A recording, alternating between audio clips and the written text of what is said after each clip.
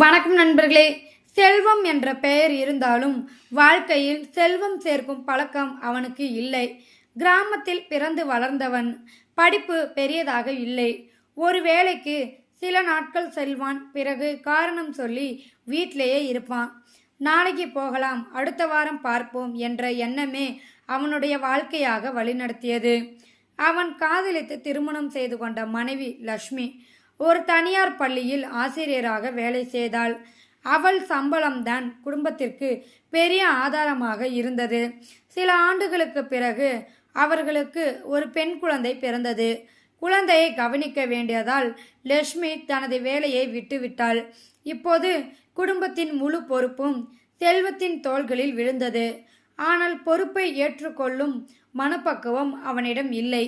அருகில் இருந்தவர்கள் பழைய வீடுகளை இடித்து புதிய வீடுகள் கட்ட ஆரம்பித்தார்கள். ஒருவருக்கு 2 மாடி வீடு, இன்னொருவருக்கு அழகான முன்புற தோட்டம், மற்றொருவருக்கு கார் நிறுத்தும் வசதி. அவற்றை பார்த்த செல்வத்தின் மனதில் ஒரு எண்ணம் விதையாக விழுந்தது.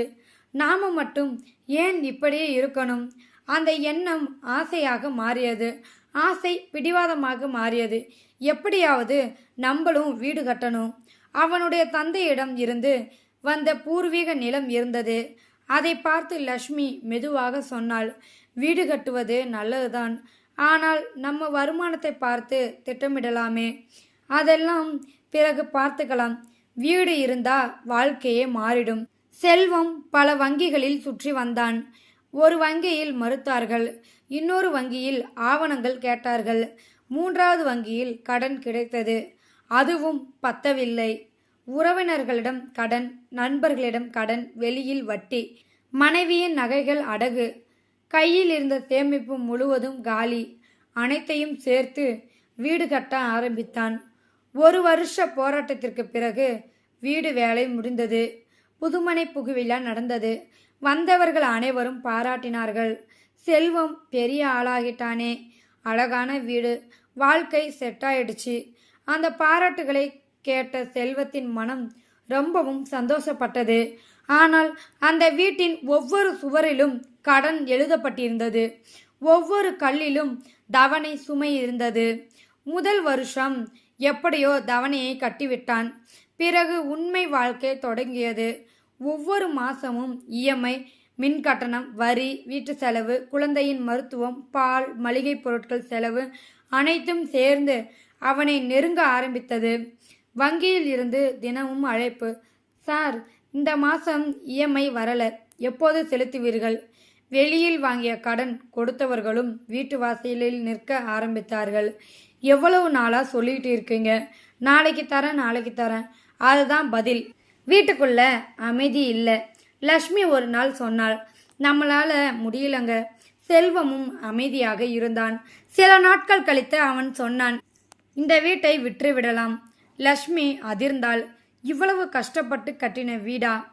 இல்லைனா நம்ம வாழ்க்கையே போயிடும். இதை வித்துட்டு இதில் வரும் தொகையை கொண்டு கடனை அடைத்துவிட்டு பின்பு மீதி இருக்கும் பணத்தின் கிராமத்தின் ஒதுக்குப்புறமாக ஒரு இடம் வாங்கி போடலாம். அதில் சிறிதாக ஒரு வீடு கட்டி வாழலாம் என அவன் அவளை சமாதானப்படுத்தினான். பல நாட்கள் யோசித்த பிறகு அவளும் சம்மதித்தாள். வீடு விற்கப்பட்டது. வங்கி கடன் அடைக்கப்பட்டது. வெளி கடன்களும் முடிந்தன. கையில் கொஞ்சம் பணம் மிச்சம் இருந்தது. வாடகை வீட்டிற்கு குடிபெயர்ந்தார்கள். அன்று லட்சுமி நினைத்தாள், இப்போ வாழ்க்கையை புதுசா ஆரம்பிக்கலாம். ஆனால் செல்வம் மட்டும் மாறவில்லை.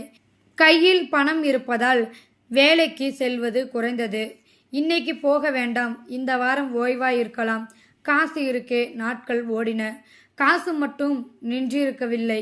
மெதுவாக கரைய ஆரம்பித்தது. தேவையில்லாத செலவுகள், நண்பர்களுடன் சுற்றுலா, புதிய போனு, விழாக்கள், விருந்து, குடும்ப வருமானம் இல்லாமல் செலவுகள் மட்டும் அதிகரித்தன. லட்சுமி பலமுறை எச்சரித்தாள், இந்த பணம் முடிஞ்சா என்ன செய்வது? அதுக்குள்ள ஏதாவது வேலை கிடைக்கும், நிச்சயமா பார்த்துக்கலாம். அந்த பார்த்துக்கலாம் என்ற ஒரு வார்த்தை தான் பல குடும்பங்களை பாதாளத்தில் தள்ளுகிறது. மாதங்கள் கடந்து சென்றன. கையில் இருந்த தொகை பாதியாகிவிட்டது. பிறகு காலியாகும் நாள் நெருங்கியது. கடைசியாக 1 லட்சம் ரூபாய் மட்டும் இருந்தது. அப்போதுதான் செல்வத்திற்கு பழைய கனவு நினைவுக்கு வந்தது. ஏதாவது ஒரு இடம் வாங்கி வச்சிருக்கணுமே. அவன் நிலம் பார்க்க ஆரம்பித்தான். ஒரு இடத்திற்கு சென்றான். விலை கேட்டான். அதிர்ச்சி. முன்பு 5 லட்சம் இருந்த நிலம் இப்போது 15 லட்சம். மற்றொரு இடம் அங்கே இருப்பது 20 லட்சம். எங்கு பார்த்தாலும் விலை பல மடங்கு உயர்ந்திருந்தது. அவன் கையில் இருந்த 1 லட்சம் ரூபாயில் முன்பணம் கூட கொடுக்க முடியாத அளவுக்கு இருந்தான். அவன் அமைதியாக வீடு திரும்பினான். அந்த இரவு அவனால் தூங்க முடியவில்லை. முன்பு தன்னுடைய பெயரில் இருந்த வீடு, அதற்கு முன்பு இருந்த நிலம் அனைத்தும் அவனுக்கு நினைவுக்கு வந்தது. லக்ஷ்மி மெதுவாக கேட்டாள், என்னங்க? செல்வத்தின் கண்களில் கண்ணீர். அந்த நாளே நான் வேலைக்கு போயிருந்தா, அந்த பணத்தை வீணாக்காம சேமிச்சிருந்தா இப்போ நமக்கு ஒரு நிலமாவது இருந்திருக்கும். லக்ஷ்மி எதுவும் பேசவில்லை. ஏனெனில் உண்மை பேசிவிட்டது. அடுத்த நாள் முதல் செல்வம் வேலை தேடி அலைய ஆரம்பித்தான். ஆனால் வயதும் அனுபவமும் தொடர்ச்சியான வேலை பதிவும் இல்லாததால் நல்ல வேலை கிடைக்கவில்லை. சிறிய வேலைகள் மட்டும் கிடைத்தன. அவன் ஒவ்வொரு நாளும் வியர்வை சிந்தியபடி உழைத்தான். ஒரு நாள் தனது மகள் பள்ளியில் இருந்து வந்து கேட்டாள், அப்பா, நமக்கு சொந்த வீடு இல்லையா? அந்த ஒரு கேள்வி செல்வத்தின் இதயத்தை நொறுக்கியது. அவன் மகளை அணைத்து கொண்டு சொன்னான், இருந்தது மகளே. அதற்கு பிறகு வார்த்தைகள் வரவில்லை.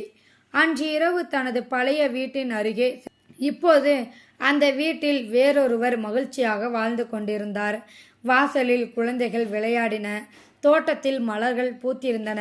செல்வன் தூரத்தில் நின்று பார்த்தான்.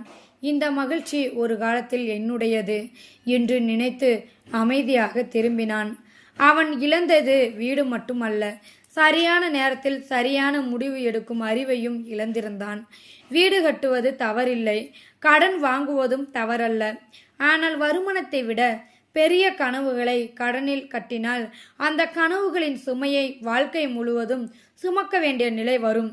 அதைவிட பெரிய தவறு ஒரு பிரச்சனையிலிருந்து தப்பித்த பிறகும் பாடம் கற்றுக்கொள்ளாமல் அதே பொறுப்பில்லாத வாழ்க்கையை தொடர்வதே.